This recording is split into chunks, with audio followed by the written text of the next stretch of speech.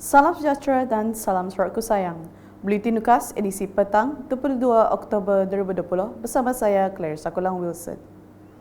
Memulakan berita dengan Kerajaan Sarawak sentiasa memastikan rakyat di kawasan luar bandar menerima pembangunan dan kemudahan infrastruktur secara berterusan. Ketua Menteri Sarawak Datuk Petinggi Dr. Abang Abdul Rahman Zohari Tun Datuk Abang Openg berkata, kawasan luar bandar memiliki sumber khazanah yang perlu dilindungi untuk masa depan negeri. Menurutnya, kerajaan negeri menyedari kehendak rakyat luar bandar yang menginginkan kemudahan bekalan air dan elektrik seperti penduduk di kawasan bandar.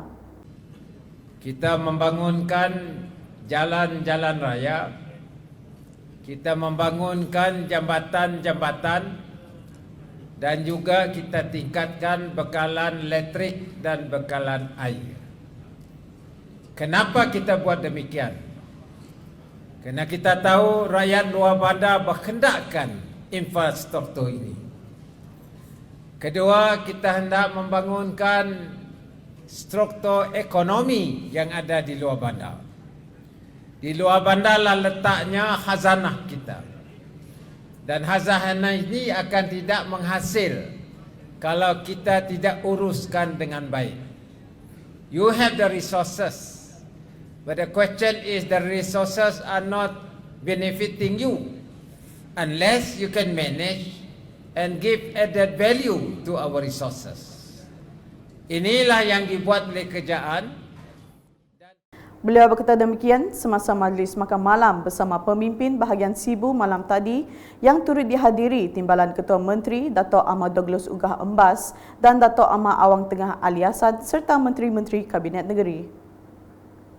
Sementara itu, Ketua Menteri mendedahkan kerajaan negeri akan mengumumkan usaha-usaha penerokaan minyak dan gas dalam tempoh 2 minggu lagi. Jelasnya, semua usaha kerajaan negeri tersebut adalah untuk masa depan rakyat Sarawak. Kita ada kuasa kita dalam melaksanakan cukai minyak dan gas. Ada lagi nak dipolah saya 2 minggu dari sekarang hal minyak dan gas. Tunggu je kita. Apa nak dipolah kita? We will exert our right on exploration of gas and oil under OMO. Jadi ini kerja kita dan pulangannya balik kepada rakyat. Dalam majlis sama, beliau turut menyerahkan surat-surat pelantikan kepada ketua-ketua kaum dari Zon Tengah. Masih laporan di Sibu. Isteri Ketua Menteri Sarawak yang juga penasihat Maksak Wanita Negeri Sarawak, Datuk Ahmad Jumaani Tun Tuanku Haji Bujang, meluangkan masa hadir ke Sekolah Kebangsaan Abang Ali bagi menyaksikan majlis penyerahan sumbangan kepada sekolah berkenaan pada Rabu.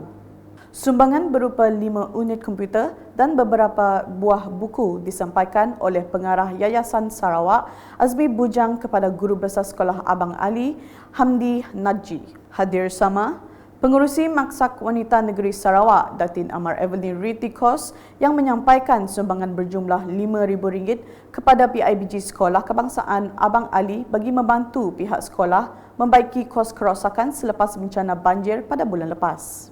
Dalam ucapannya, Datin Amar Evelyn berkata, lawatan ke SK Abang Ali ini menunjukkan bahawa Datuk Amar Jumaani sangat menyayangi sekolah tersebut. Beralih ke laporan di Selangau, kelewatan pembinaan bangunan pejabat daerah Selangau yang baharu perlu diselesaikan segera untuk keselesaan kaki tangan menjalankan tugas. Setiausaha Kerajaan Negeri Sarawak, Datuk Amar Jaul Samyon berkata, kelewatan projek berkenaan perlu diatasi dengan mencari jalan penyelesaian segera supaya ianya dapat disiapkan mengikut jadual baharu. Katanya, projek pembinaan pejabat daerah Selangau yang merangkumi satu blok 3 tingkat dengan kos pembinaan sebanyak RM3.5 juta itu dijadualkan siap pada 14 Januari 2021 namun mengalami kelewatan disebabkan Perintah Kawalan Pergerakan PKP. Beliau berkata demikian selepas mengadakan lawatan kerja dan taklimat projek rakyat dan rancangan Malaysia ke-11 RMK-11 di daerah Selangau pada Rabu. Selain bangunan baharu pejabat daerah Selangor, Dato' Amar Jaul turut melawat projek rakyat landscaping works on Selangor Riverbank yang bernilai RM4 juta dan dijadualkan siap pada 29 Mac 2021. Dalam pada itu, Dato' Amar Jaul turut mengingatkan penjawat awam di negeri ini supaya terus memberikan perkhidmatan yang terbaik kepada rakyat. Seterusnya, sebanyak 8 program Agriculture Community Outreach Program AgriCorp telah diagihkan kepada Dewan Undangan Negeri Dun Kemenang. Menurut Menteri Utiliti Sarawak Datuk Seri Dr. Stephen Rundi Utom, daripada jumlah itu 6 program telah dilaksanakan dengan 2 di kawasan Suai Niah, 4 di Sebauh dan 2 lagi juga akan dilaksanakan di Sebauh. Sehubungan itu, beliau menggesa Jabatan Pertanian Bintulu dan agensi lain yang berkaitan untuk mengenal pasti kemampuan, kehendak, keperluan dan kemahiran di sesuatu kawasan supaya pendidikan dan cara pengajaran dapat disampaikan dengan berkesan kepada penduduk.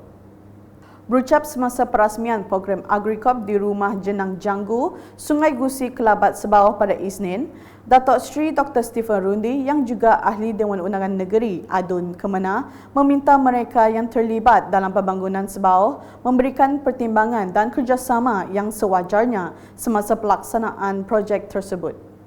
Katanya, gangguan akan melambatkan pelaksanaan projek pembangunan kerana masih ramai yang tidak dapat menikmati kemudahan. Sekian edisi petang bersama saya Clarissa Wilson dan kru penerbitan. Ikuti berita selanjutnya pada edisi malam.